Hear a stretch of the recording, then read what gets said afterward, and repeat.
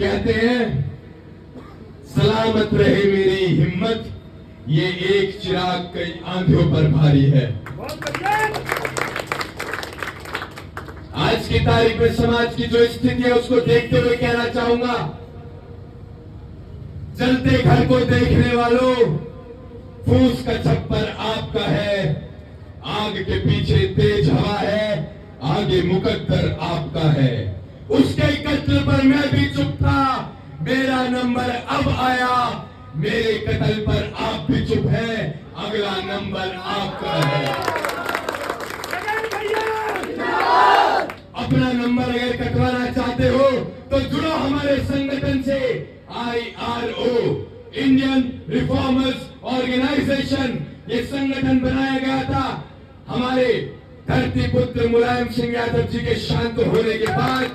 उन्हीं को प्रेरणा स्रोत मानते हुए हमारे संगठन के पेपर्स आप चेक करना, प्रेरणा स्रोत के कॉलम में नाम लिखा हुआ है माननीय मुलायम सिंह यादव।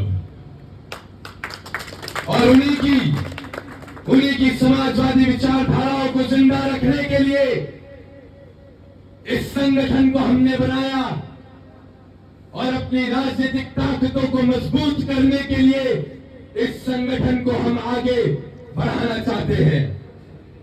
कहते हैं जिस प्रकार बिना जंगल के शेर सुरक्षित नहीं, उसी प्रकार बिना नेता के समाज भी सुरक्षित नहीं।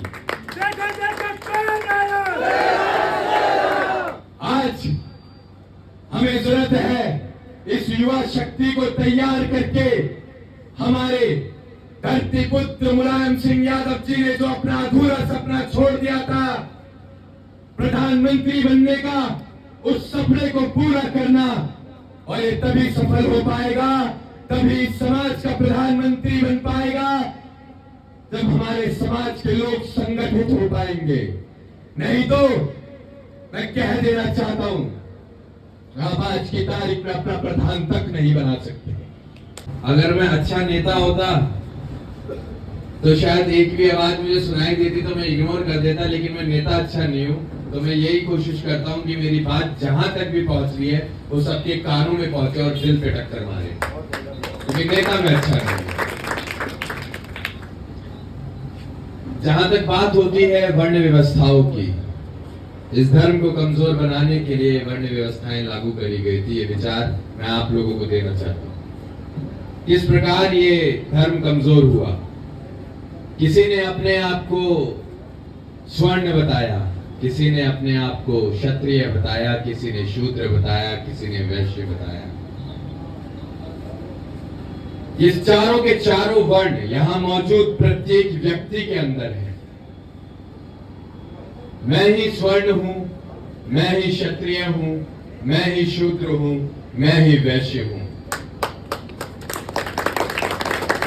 जब मैं एग्जाम देने जाता हूं, जब मैं स्कूल में था, कॉलेजेस में था, तो मेरे को पढ़ाई करनी पड़ती थी, तो बुद्धि का इस्तेमाल किया तो मैं हो गया स्वर्ण।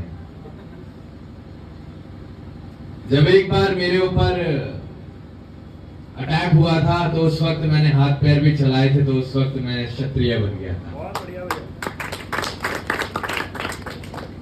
और आप खुद विचार करके देखिएगा कि आप अपना नहाना धोना खुद ही करते हैं ना, तो आप शूद्र भी हैं।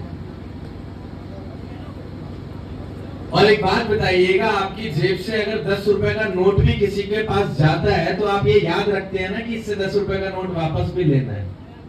तो आप तो व्यापारी भी बड़े अच्छे हो यार, वैश्य भी हो गए। तो हर व्यक्ति स्वर्ण भी है, क्षत्रिय भी है, शूद्र भी है, वैश्य भी है, बस कमजोर बनाया गया। किसी विशेष समाज के लोगों द्वारा इस धर्म को बांटा गया। यही वजह रही कि हम किसी को ताकतवर समझ लेते हैं तो किसी को कमजोर समझ लेते हैं। और ये बड़े दुर्भाग्य की बात है, आज हम लोग इस देश में हिंदू मुस्लिम कर रहे हैं। आज हिंदुओं में से सबसे ज्यादा इस धर्म को छोड़ने वाले लोग क्रिश्चियन की तरफ जा रहे हैं, ईसाई धर्म अपना रहे हैं, लेकिन उसका जिक्र कहीं पर भी नहीं है। लेकिन जिक्र अगर किसी चीज का है तो हिंदू और मुस्लिम का है, और उसमें भी कैटेगरी है। हिंदू में भी वर्ण व्यवस्थाएं हैं। और उसके बाद की एक कैटेगरी है, मैं अपने समाज की बात कर लेता हूं, गोत्र। कोई कहेगा मैं कमरिया हूं, तो कोई कहेगा मैं घोसी हूं। इसी चक्कर में आप लोग बटे हुए हैं। ये जीवन अगर आपको दिया गया है, ये आत्मा अगर आपके शरीर के अंदर डालकर भेजी गई है, तो अन्य आत्माओं को सहारा देने के लिए भेजा गया है। आपको ये जीवन अगर दिया गया है, तो समाज कल्याण के लिए दिया गया है, समाज सेवा के लिए दिया गया है। लेकिन बड़े दुर्भाग्य की बात है कि जीवन मिलने के बाद हम इस जीवन के उद्देश्य को भूल जाते हैं। आप पढ़िए, आप नौकरी कीजिए, व्यापार कीजिए, आपको जो करना है वो कीजिए, लेकिन उससे पहले आपके जीवन का उद्देश्य क्या है उसको आप समझ लीजिए। ये जीवन आपको मानव सेवा के लिए दिया गया है, खुद की सेवा के लिए नहीं दिया गया है। जब इस बात पर आप अड़िग रहेंगे, तो कोई भी वर्ण व्यवस्था आप पर प्रहार नहीं कर पाएगी। गगन भैया संघर्ष करो। आज वर्ण व्यवस्थाएं जिस प्रकार लागू करी गई हैं, ये सिर्फ एक वोट बैंक का जरिया मुझे नजर आता है। कोई 80, कोई 85, कोई 10, कोई 15। अरे ऐसी विचारधाराओं को आप अपने जहन में उतार के चलिए, ये 100 के 100 अपने हो जाएंगे। बस सारा खेल विचारों का है, और इन विचारों को हम युवाओं के अंदर डालना चाहते हैं। मैं कहना चाहूंगा, किसी व्यक्ति के लिए स्वाभिमान से बड़ा कुछ नहीं होता है। 2 वक्त की रोटी, 2 वक्त की रोटी कुत्ते को भी मिल जाती है, लेकिन इंसान को चाहिए इज्जत की रोटी। और इज्जत की रोटी कमानी पड़ती है, उसके खून पसीना भूख प्यास त्यागना पड़ता है, तब जाकर इज्जत की रोटी मिलती है। और आज मैं अपने समाज के लोगों से कहना चाहूंगा, इन युवाओं से कहना चाहूंगा कि मान सम्मान स्वाभिमान जिंदा रखने के लिए संघर्ष करो। अपने भूख प्यास चैन सुख इन सबको त्याग कर घरों से बाहर निकलो, तब जाकर आपको इज्जत की रोटी मिलेगी। नहीं तो ये सरकारें आपको कुत्तों की तरह थाली दे देंगी। गगन भैया संघर्ष करो। देखो देखो कौन आया। और गगन यादव भी आपके साथ है, ये भरोसा हर बार आपके बीच करके जाता है। देखो देखो कौन आया।